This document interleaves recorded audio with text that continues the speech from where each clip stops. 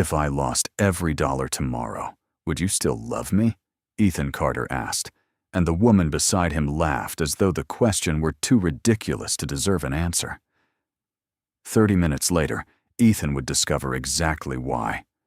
At 30, Ethan was the only son of Vanessa Carter, the billionaire founder of Carter Global Holdings, one of the most powerful companies in America. That evening, more than 300 guests filled the grand ballroom of a luxury Manhattan hotel, celebrating another record year for the Carter empire. Crystal chandeliers glittered overhead. Champagne glasses flashed beneath warm golden lights. Executives, investors, celebrities, and wealthy families moved through the room wearing smiles that seemed perfectly rehearsed. Ethan stood among them in a tailored black suit, yet he had never felt more alone.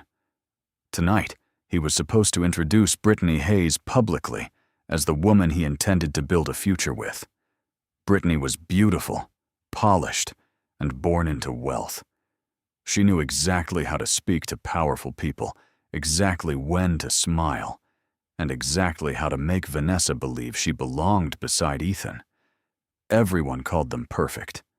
Ethan wanted to believe it too. Minutes before the announcement, he stepped into a quiet hallway to clear his head. Then he heard Brittany's voice behind a partially closed door. She was speaking to a friend. "Love him?" Brittany laughed softly. "I don't need Ethan to love me forever. I need him to marry me.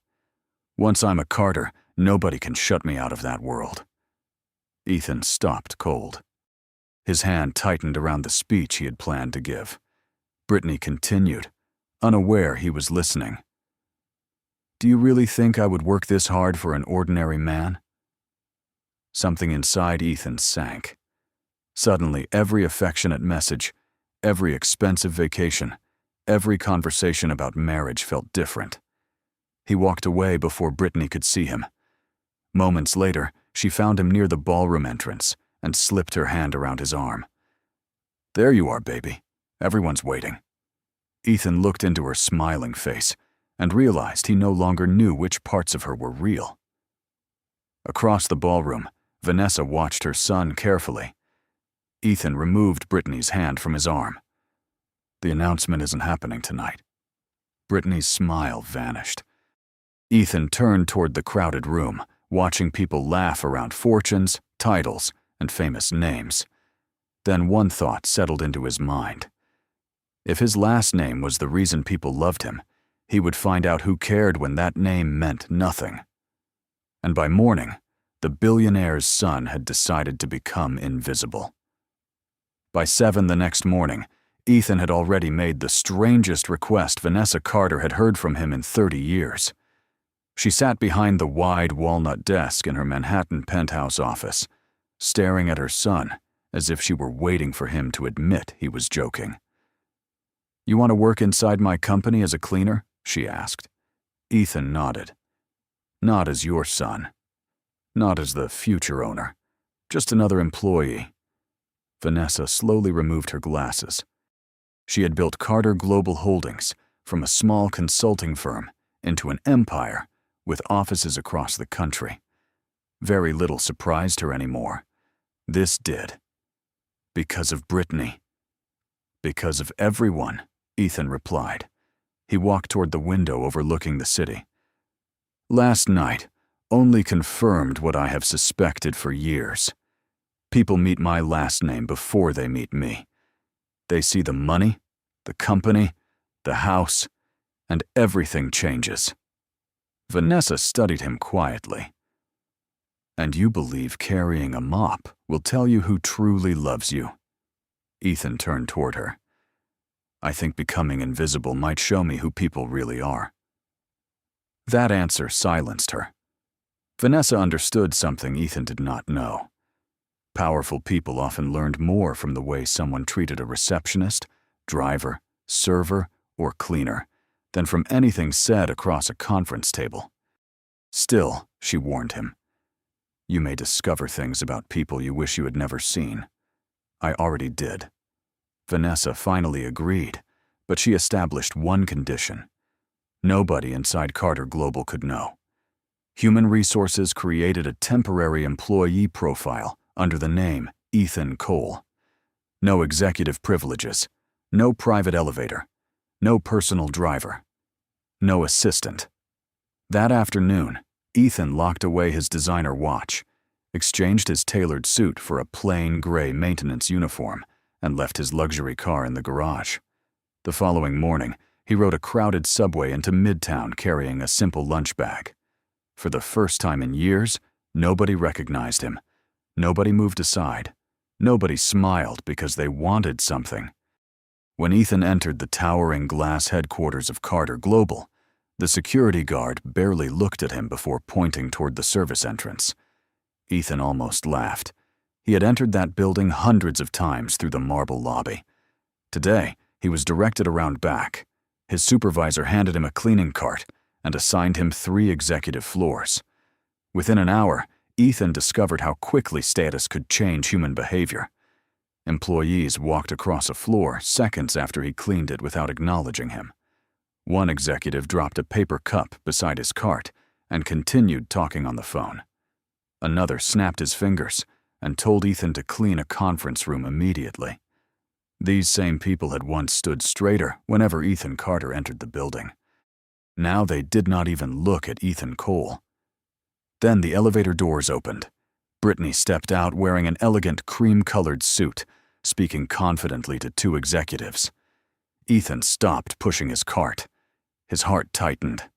She was walking directly toward him, and she had absolutely no idea who he was. Brittany came closer without slowing down. Ethan lowered his eyes and gripped the handle of his cleaning cart, waiting for the moment she would recognize him. She never did.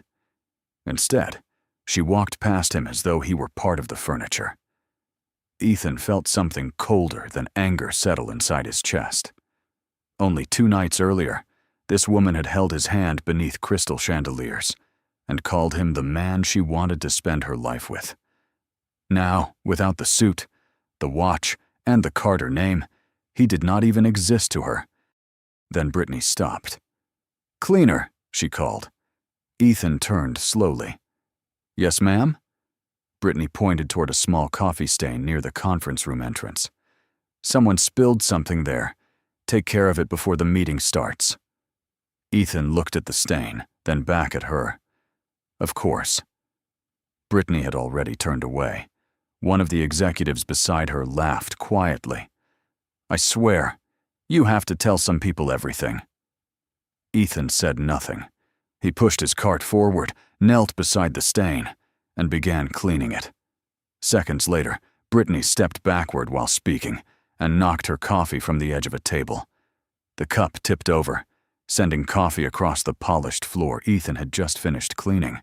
She glanced down with irritation. "Seriously?" Ethan looked up. Brittany sighed and pointed toward the mess. "Well, that is what you are paid for." The words landed harder than she could possibly understand. Ethan remembered expensive dinners, weekend trips, and every time Brittany had told him kindness mattered more than money. Apparently, kindness only mattered when powerful people were watching. He reached for a towel, but another hand reached it first. "I have it," a woman said. Ethan looked up. She was wearing a simple navy dress and an employee badge that read, "Maya Brooks, Administrative Services." She crouched beside him and began gathering the fallen cup and napkins. Brittany stared at her. "Maya, what are you doing?" "Helping. He is the cleaner." Maya glanced at Ethan, then back at Brittany. "I know." Brittany gave a small, dismissive laugh, then let him do his job. Maya remained exactly where she was. Helping him does not stop him from doing his job. Silence followed. Ethan watched Brittany's expression tighten. Maya finished collecting the napkins, stood, and handed them to Ethan. "Sorry about that," she said softly. Ethan almost asked why she was apologizing for something she had not done.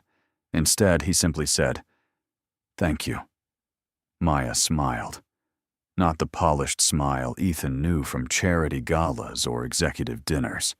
It was quick, natural, and expected nothing in return. Brittany walked away with the executives, clearly annoyed. Maya started toward the opposite hallway, then paused. There is fresh coffee in the employee kitchen on 22. Do not pay for the machine downstairs. It is ridiculously expensive. Ethan smiled for the first time that morning. I will remember that. She disappeared around the corner. Ethan stood beside his cart, staring after her. He had entered Carter Global hoping to discover how people behaved when they believed he had nothing to offer them. In less than one morning, Brittany had given him one answer. But Maya Brooks had just given him another, and Ethan suddenly wanted to know much more about her. Over the next several days, Ethan began noticing Maya everywhere, not because she demanded attention, but because she gave it to people everyone else seemed to overlook.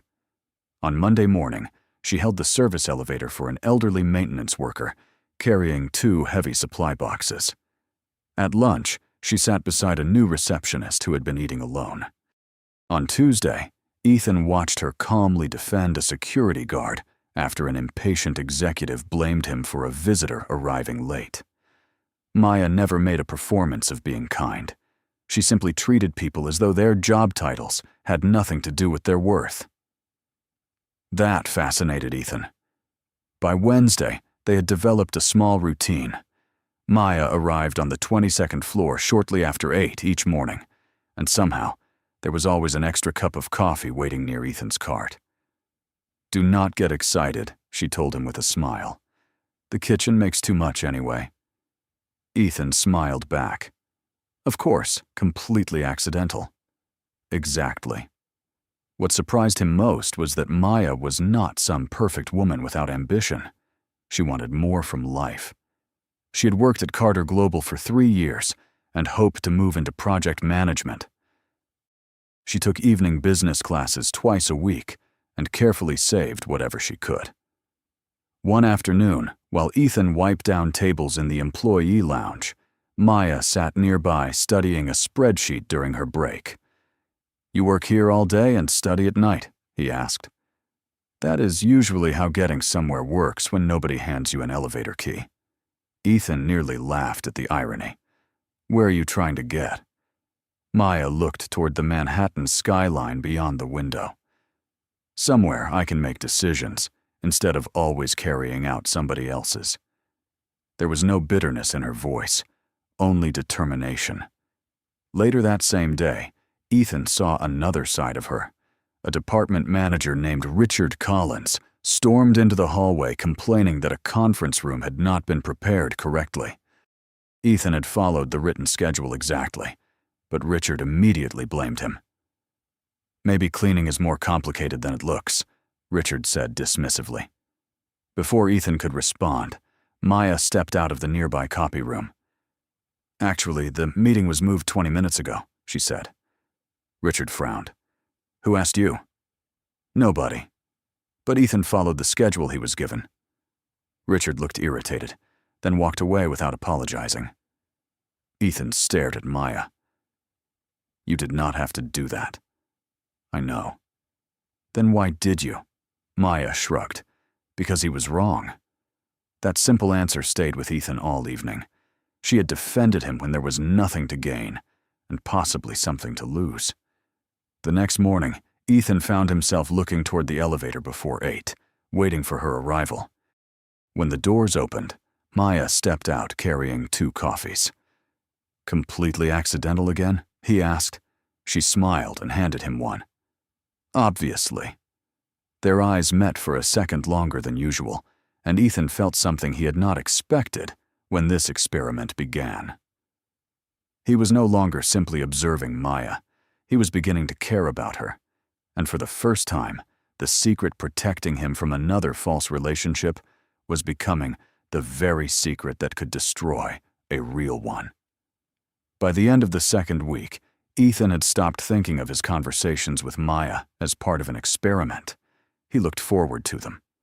They ate lunch together in a small public park 3 blocks from Carter Global, usually on a bench beneath an old maple tree, where office workers escaped the noise of Midtown for half an hour. Maya brought sandwiches from home because restaurant prices near the office were ridiculous. Ethan pretended the same reason applied to him. One afternoon, Maya handed him half of her turkey sandwich after noticing he had forgotten lunch. "You keep doing that," she said. "Doing what?" "Forgetting to take care of yourself." Ethan smiled. "Maybe I need better management." "You definitely cannot afford me." They laughed, and for several seconds Ethan forgot about Carter, Global, Brittany, and the secret separating them. Maya told him about growing up in Queens with her mother and younger brother.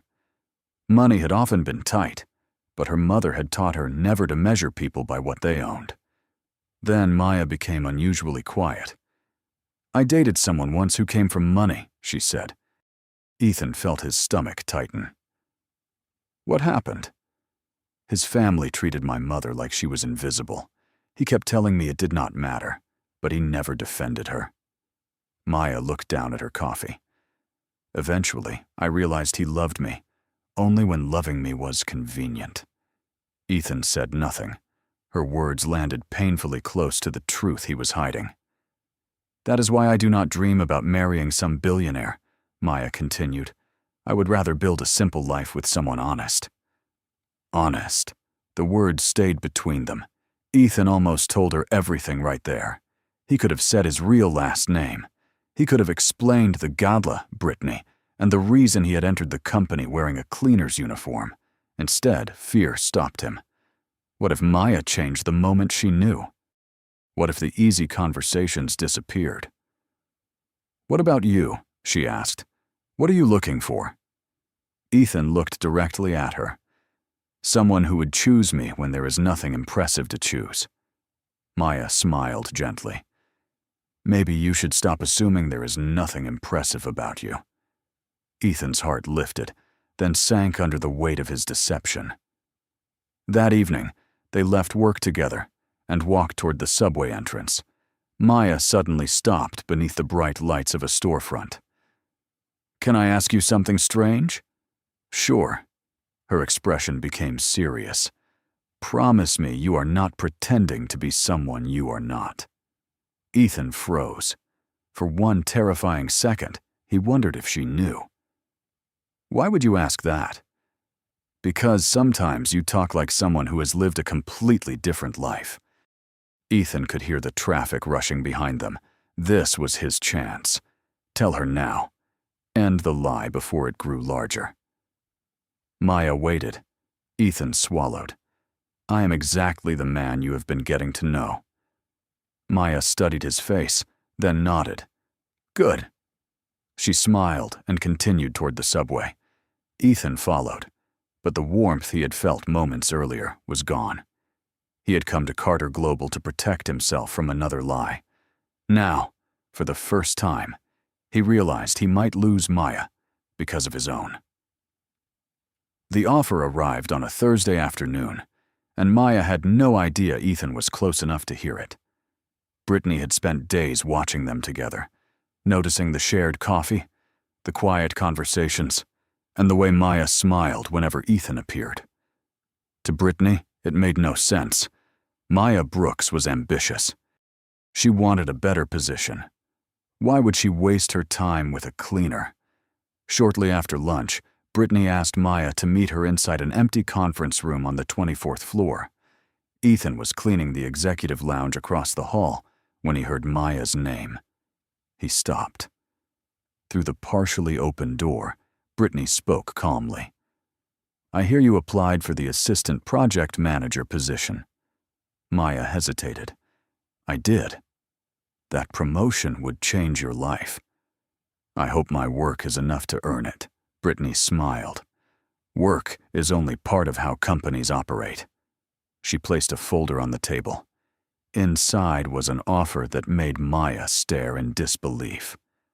A $100,000 consulting bonus, plus Brittany's personal recommendation for the promotion. "Why would you offer me this?" Maya asked. Brittany leaned back. "Because I need something simple from you. Stay away from Ethan Cole. Maya's expression changed immediately. What? And whatever this is, publicly, if necessary, make it clear that you would never build a future with a cleaner. Maya stared at the papers. $100,000 was more money than she had ever seen offered to her at once. It could pay her remaining tuition. It could help her mother replace the aging heating system in their Queens home. It could give her family breathing room for the first time in years. Brittany saw the hesitation and smiled. You want a future, Maya? Be practical. Maya slowly closed the folder. Why do you care who I date? Because people like you sometimes confuse kindness with opportunity. Maya's eyes hardened. People like me? Brittany ignored the question. Take the money. Take the promotion. Stop pretending love pays bills. For several painful seconds, Maya said nothing. Across the hall, Ethan's chest tightened. This was the kind of moment he had created the entire disguise to witness, yet now he hated himself for listening. Maya needed that money. He knew she did. Finally, she pushed the folder back across the table. I want the promotion. Brittany smiled. Then Maya continued. But I want to earn it. Brittany's smile disappeared. Think carefully. I have. Maya stood. If becoming successful means treating someone as worthless because of his paycheck, then I don't want your version of success. She walked out before Brittany could answer. Ethan quickly stepped behind his cart.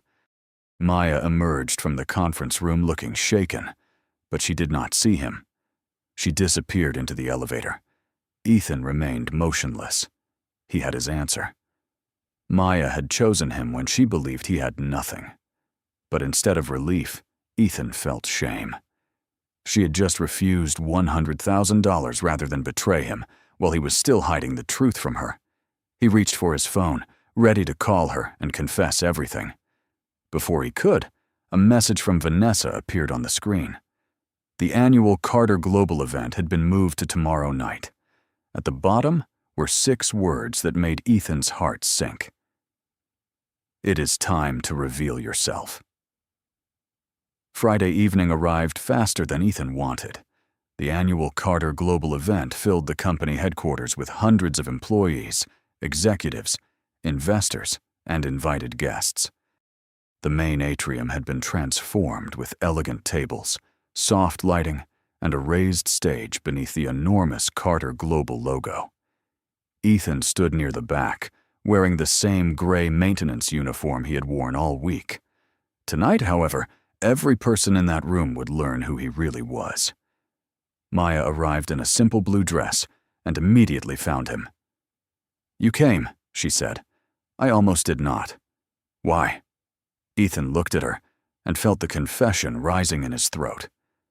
Maya, there is something I need to tell you. Before he could continue, Brittany approached with several executives. Her eyes moved from Maya to Ethan, and a cold smile appeared. This is interesting. Maya stiffened. Not tonight, Brittany. Actually, tonight seems perfect. Brittany looked around at the gathering crowd. I heard you rejected an extraordinary career opportunity yesterday. Maya remained calm. I rejected your conditions. Brittany laughed softly. For him? Several employees turned toward them. Ethan could feel a tension spreading through the room. You really believe a cleaner can give you the future you want? Brittany asked. Maya looked at Ethan, then back at her. My future is my decision. You could have had money, connections, and a promotion. Then I will earn those things myself. Brittany shook her head. You are throwing away your future for a man who cleans floors. Maya's expression did not change. At least, he works for what he has. Ethan felt those words cut through him. She was defending a man who did not exist. Before he could speak, the lights dimmed. Conversation stopped. Vanessa Carter walked onto the stage wearing an elegant black suit. The room erupted in applause. Brittany immediately straightened her posture. Ethan knew the moment had arrived. Vanessa thanked the employees for another successful year. Then her tone changed. There is one more announcement tonight. For several weeks, someone very important to this company has been working among you, without revealing his identity. Confused whispers moved through the atrium. Maya looked toward Ethan. His face told her something was wrong. Vanessa continued, I wanted my son to understand this company from a perspective no executive office could ever provide. Silence fell. Brittany's face slowly changed. Vanessa looked directly toward the back of the room. Ethan, please join me. Hundreds of heads turned. Ethan stepped away from his cleaning cart. Nobody moved. Nobody seemed to breathe. Brittany stared at him in disbelief. Richard Collins went pale. Maya simply stood frozen. Ethan walked onto the stage and stopped beside his mother. Vanessa placed a hand on his shoulder.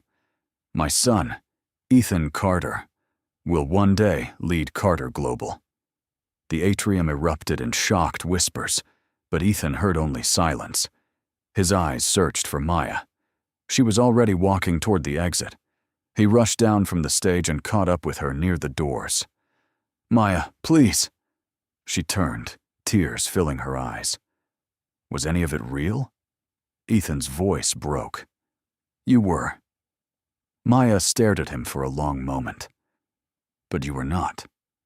Then she turned away, leaving Ethan surrounded by everything he owned, and suddenly feeling poorer than he ever had.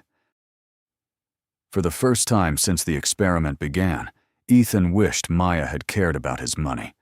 That would have been easier. He could have offered her a promotion, a better salary, even an executive position. But Maya wanted none of it. On Monday morning, Ethan arrived at Carter Global in a tailored navy suit, and the difference was immediate. Security guards greeted him by name. Executives stepped aside. Employees who had ignored him days earlier suddenly smiled. Ethan hated every second of it. His first stop was Maya's desk. It was empty. A small envelope rested beside her computer. Inside was her resignation letter. Ethan read it twice before accepting what it meant. Maya had walked away from the career she had spent 3 years building, rather than remain somewhere she no longer trusted. Ethan called her that evening. She did not answer. He sent one message. I am sorry. I will not pressure you. I only want the chance to make this right. No response came. Vanessa found him alone in his office later that night. You tested everyone around you, she said quietly. Did you ever consider what it feels like to discover that you were the test? Ethan looked down. He had not. That realization changed something in him. The next morning, he stopped chasing Maya and started fixing what he had learned. He reviewed complaints from maintenance workers. He discovered cleaning crews had fewer benefits than corporate employees working in the same building. He met with security guards, receptionists, cafeteria workers, and administrative assistants. This time, he listened without disguise. Richard Collins was removed from supervising support staff after multiple complaints confirmed a pattern of disrespectful behavior. Ethan also ordered an independent review of promotion practices, so employees like Maya would never need personal connections to receive fair consideration. Brittany came to his office demanding an explanation. You are really throwing away everything we had because of her? Ethan looked at the woman he had once planned to introduce as his future. There was never an us, Brittany. There was my last name, and what you thought it could give you. She had no answer.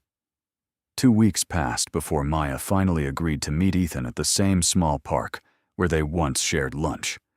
She arrived cautiously. Ethan wore ordinary clothes. No driver waited nearby. No expensive gift sat beside him. I am not here to ask you to come back, he said. Maya looked surprised. Then why are you here? To apologize, without expecting a reward. Ethan told her about the changes at Carter Global, but he did not use them to defend himself. I thought pretending to have nothing would show me who everyone else was. I never realized it was also showing me who I was. Maya's expression softened slightly. And who was that? Ethan took a slow breath. A man so afraid of being deceived that he deceived someone who trusted him. Silence settled between them. Maya looked toward the city. I did care about Ethan Cole. He was not completely fake, Ethan said. The uniform was, the name was, but every conversation with you was real. Maya studied him carefully. Trust does not come back because you explain why you broke it. Ethan nodded. I know. For once, he did not try to control what happened next. He simply stood to leave. Then Maya spoke behind him. Ethan. He turned. She held his gaze. Coffee next Saturday. Nothing more. Ethan smiled, but he understood exactly what she was offering him. Not forgiveness. Not yet. Something more valuable. A chance to earn it. Saturday coffee became another Saturday, then another. Maya did not make forgiveness easy, and Ethan never asked her to. He showed up when he said he would. He listened more than he explained. He stopped trying to impress her with what he could provide, and started showing her who he was when there was nothing to prove. Months passed. Maya completed her business program and accepted a project coordinator position at another company, earning it entirely on her own. Ethan was proud of her, even though part of him had hoped she might return to Carter Global. Meanwhile, the company changed. Maintenance workers received improved benefits. Support employees gained clearer paths to promotion. Ethan began spending one morning every month meeting employees from departments executives rarely visited. Vanessa watched her son become the leader she had always hoped he could be. One evening, Carter Global held a celebration recognizing employees whose ideas had improved the company. Maya attended as Ethan's guest, not as an employee, and not as someone seeking anything from the Carter family. Brittany was there too, representing her father's company. When she saw Maya beside Ethan, her expression tightened, but Maya simply smiled politely and continued walking. She no longer needed Brittany's approval. Neither did Ethan. Later, Vanessa found Maya standing near the windows overlooking Manhattan. I owe you something, Vanessa said. Maya looked surprised. You do not owe me anything. Vanessa smiled. You showed my son something I spent years trying to teach him. Wealth can reveal character, but so can the absence of it. Maya glanced across the room at Ethan speaking with a group of maintenance employees. He learned that himself. Eventually, Vanessa said with a quiet laugh. When Ethan joined them, Vanessa excused herself. Ethan looked at Maya nervously. There is something I want to ask you. Maya raised an eyebrow. Should I be worried? Probably not. He reached into his pocket, then stopped. Months earlier, Ethan would have planned a grand gesture. Tonight, he understood better. I do not want to test you again. I do not want to choose your future for you. I only want to know whether you still choose me. Maya stared at him. Which Ethan? He smiled softly. All of him. The billionaire's son, the terrible cleaner, the man who made a serious mistake, and the man trying to become better because of it. Maya's eyes filled with emotion. The cleaner was not terrible. Ethan laughed. My supervisor would disagree. Maya took his hand. Then yes, I choose the man. Everything else is just part of his life. A year later, they married in a small ceremony surrounded by family, friends, and several Carter Global employees Ethan had first met while pushing a cleaning cart. There were no tests and no hidden identities. Ethan finally understood the answer he had been searching for. Maya had loved him when she believed he had nothing, but their future became possible only when he learned that true love was never something to test. It was something to deserve.